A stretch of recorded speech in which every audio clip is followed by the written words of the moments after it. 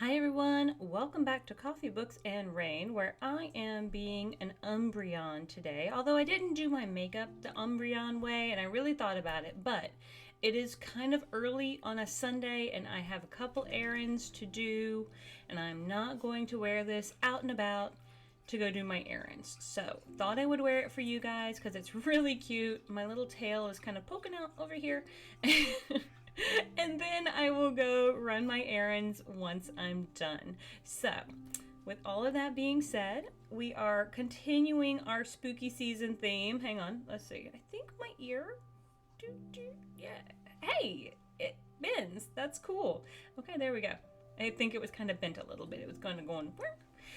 But we are reading, or we just finished reading actually this morning. So I had one other one I needed to record, which if you tuned in or if you caught More the Terrier, you got to see my little Yorkshire Terrier, Leo, who joined me as a little sidekick, a little co-host. He didn't say much, but he did join me. But for this episode, I just finished it this morning, Strange Beast by Susan J. Morris, and it was awesome. Now, I really love a book that will kind of harken back to some of the classic literature of kind of like Frankenstein and Sherlock Holmes and Dracula and things of that nature. And so when you dive into this book, very first couple of pages, you're going to realize that a lot of the names sound incredibly familiar, even if you know those other works only kind of in passing. But this book has a lot of characters who are the offspring or are intended to be the offspring of some of those more, hang on, I've got a little hair, there we go, of some of those more, I guess, renowned characters from some of those other works. So we start off with Sam Harker, and she is supposed to be the daughter of Jonathan and Mina Harker from the Dracula fame. And so she was supposedly kind of conceived while Mina was still under Dracula's sway. And so Sam has a little bit of there's an ability there. Then there is, I think it's Helene Moriarty. And so she goes by Dr. Moriarty, and she has a very kind of infamous sort of past when it comes to having partners, because her partners always seem to perish. They do not seem to make it to the end of whatever case they are working together. And there's a whole file on her at the Royal Society of Abnormal Occurrences, or I think it's something very similar to that. Hang on, I'm literally probably should read you guys this synopsis. Abnormal phenomena. But so we have her as well. Then, and she goes by Hel. So Hel, you can think of the queen of the underworld in Norse mythology if you want to, or even in I think is it Ragnarok? They're Thor and Loki's sister. Anyway, she was played by Cate Blanchett. I think that's right. Anyway, gorgeous. I love that character in the mythology because she's just so badass. So I picture this character also throughout the book. She's pretty badass, but she's also pretty hush-hush, pretty mysterious, and her dad is this pretty villainistic Dr. Moriarty, or Professor Moriarty. Then we also have Jacob Van Helsing, who is, of course, Gabriel Van Helsing's son, who is pretty much constantly got his radar tuned towards Sam, who he thinks is going to turn at the drop of a hat, because Mina was, if Mina was going to turn bad, then apparently Sam is going to turn bad. So he has constantly got her on her radar, and on his radar. And so Jacob is kind of a whole nother basket of crazy. And anyway, Sam has been working as kind of this librarian archivist as part of this Royal Society, but now she is ready to work on a case, and she has decided, well, there is this beast that is offing dudes in Paris, and she wants to work it. And it's only offing men. So she's like, well, I'm safe because I'm a lady. She's like, she goes up to this guy he's like one of the Royal Society's head guys, and she's like, I want to work this case. He's like, this is the case I want to work because I feel like they're not going to try to kill me because I'm a woman. And he's like, well, it's already been assigned to Helena Moriarty, and she doesn't do well with partners. Are you sure? She's like, yeah, it's fine. So then they took off to Paris, and that's where kind of this adventure takes off. Let me go ahead and read you the summary, but I was really excited about this book. Like I said, had a great time with this book. I'm certain you can't tell at all. Like, I just dove in. In this fresh yet familiar Gothic tale, part historical fantasy, part puzzle box mystery, the worlds of Dracula and Sherlock Holmes collide in a thrilling exploration of feminine power. At the dawn of the 20th century in Paris, Samantha Harker, daughter of Dracula's killers, that's Mina and Jonathan Harker, work as researcher for Royal Society for the study of abnormal phenomena, but no one realizes how abnormal she is. She's been able to keep her secrets under wrap. Sam is a channel into the minds of monsters, a power that could help her solve the gruesome deaths plaguing the turn of the century Paris, or have her thrown into an asylum.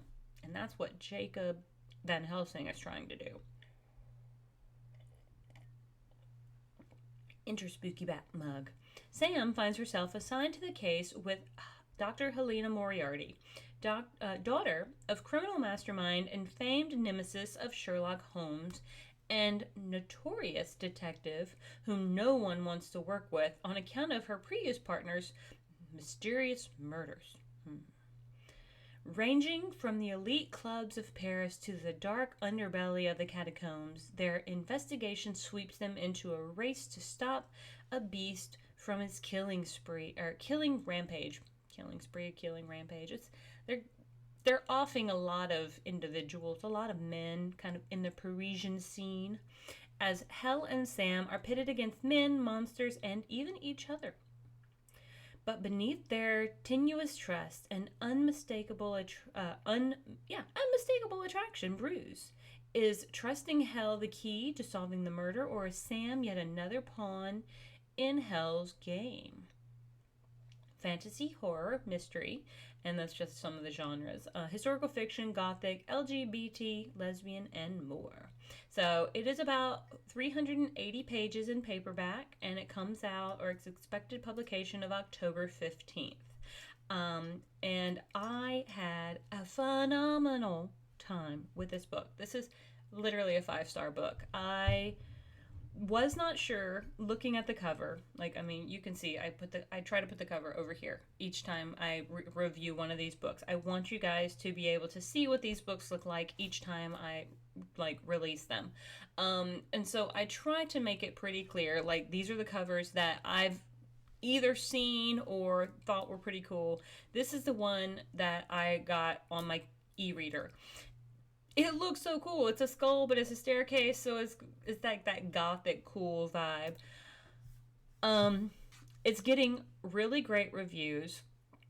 I thought it was incredibly clever. I thought it was incredibly well done with regards to kind of harkening back to the familiar works of, like I said, Dracula and Sherlock Holmes, with the murder mystery elements, solving those puzzle pieces, as well as including some of those monsters that you're also familiar with, such as vampires and werewolves and things of that nature. There's a Grindylow that pops up pretty quickly, so not going to spoil anything there, but I think this was pretty much, for me, a great book for the spooky season. Now, is it scary? No. But does it have a great monster vibe? Absolutely. This is not a scary book. This is not jump out. This is more like Walking Alone. This is a Jack the Ripper sort of vibe, where you're walking alone in London and the streets are foggy. I think someone referred to it as like a gaslight. What is it? A gas? Not a like not being gaslit, but like a lamplighter novel. It's it's a specific genre that I saw on like a review, and they said it like a cool word for it. Wish I could remember because I did kind of like read the reviews at the beginning of the book as I started the e-reader, and thought it was a really great phrase for the type of genre it was. It's not a steampunky or anything, but I like that kind of, you know, I don't know, that sleuthing sort of aspect of it. I wish I could put it into the same words that they did, but um, I did get this from NetGalley. I love this. I want to find more from like this particular author when and if she writes more along this like genre, because I think it's going to be so cool if she does continue either this sort of like, I would love to continue this story if we could. If there's more to tell, then let's dive into it. Let's continue their partnership and see what else we have to like go down, because I'm here for it. Um, let's see. So, I think Victorian vibe is not really the atmosphere I'm looking for, but anyway, you'll figure it out once you kind of dive into it yourself. Um, I don't know. Like, I think Jacob von Helsing, he was a bit of a. I think he was a bit of a foil for the characters. Like, we already kind of had Helena, who she was. You want to trust her, but she also has this mysterious past. She has this father who, and you don't want to like judge a child based on their parents' sort of actions, but again, all of her partners had previously been murdered, and you kind of either wonder, well, is she doing it? Is her dad doing it? Like, what's going on? Like, how is this happening? So that's also kind of like a question in itself. I do like the little kind of there, and there's never a point where they're really enemies, like Sam and Hell. There's never a point where they're like enemies. They're really just partners. Sam is actually a pretty great partner. They both have secrets that they don't want to share with each other, um, because it's just too new of a partnership to really be able to like go there yet. Um, but I think they do a great job with working towards that. Hell's just kind of a little bit more mysterious with holding things close to the vest and wandering off in the middle of the night to go talk to possibly nefarious individuals. So this is really cool. Had so much fun with this. I want to read more in this genre. I really do. This is definitely my jam right now. Blew me away with this particular. I was just not expecting to get sucked in the way I did, and that says a lot. Like, some books, kind of a slow roll for me, but ultimately by the end, I'm loving them. This one, right off the gate, just introducing the character Sam Harker, telling me who she was, where she was, and kind of what the setting was. Within the first page or two, I was hooked, and I was zooming through the book.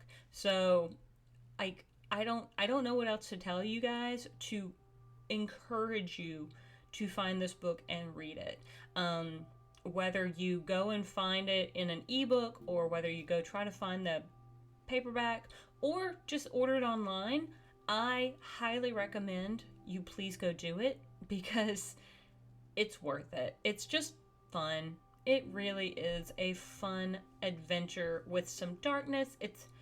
I would say it has got some grittiness, but not too heavy gritty. There's not just a ton of what I would say is body horror, to which we've had some body horror like entrails stuck in trees, and that's just a very vivid image that comes to mind, because when I read that scene, I was just like, And I was like, well, this is going to stay with me for a while, and it has. I didn't have that here. Now, you have some like body parts pulled off of bodies, but it's not depicted in the same sort of body horror sort of way. So, I mean, you do have like rib cages kind of opened with like lungs moved out of the way and hearts are kind of eaten. But I don't feel like it's the grotesque sort of way. Um, with all of that being said, I hope I have sold you on this book because I loved it. I think I read it in about 2 days. I started it yesterday morning. I finished it today. I think I read about 75% of it yesterday because I was just zooming through it. Like I want to say on my e-reader, it was about 278 pages. So I was able to read like 200 pages of it yesterday and like the last 78 pages of it this morning. And that's just what I was able to do. I was drinking my coffee and just like boop, boop, boop, tapping away, like just consuming those words. And then I wanted to get on here and review it for you guys so I could go and feel good about running all my errands, knowing that I had shared it with you so you guys could go find it like by the time I share this episode. So thank you so much for tuning in. I hope you like and subscribe. I hope you go find this book. Thank you, Bindery. Thank you, NetGalley. I will keep looking for books now that I have been... I think this might have been my first Bindery book. So thank you so much, Bindery. I loved it, and we'll keep looking for more. But have a great one, and I will see you on the next page. Bye.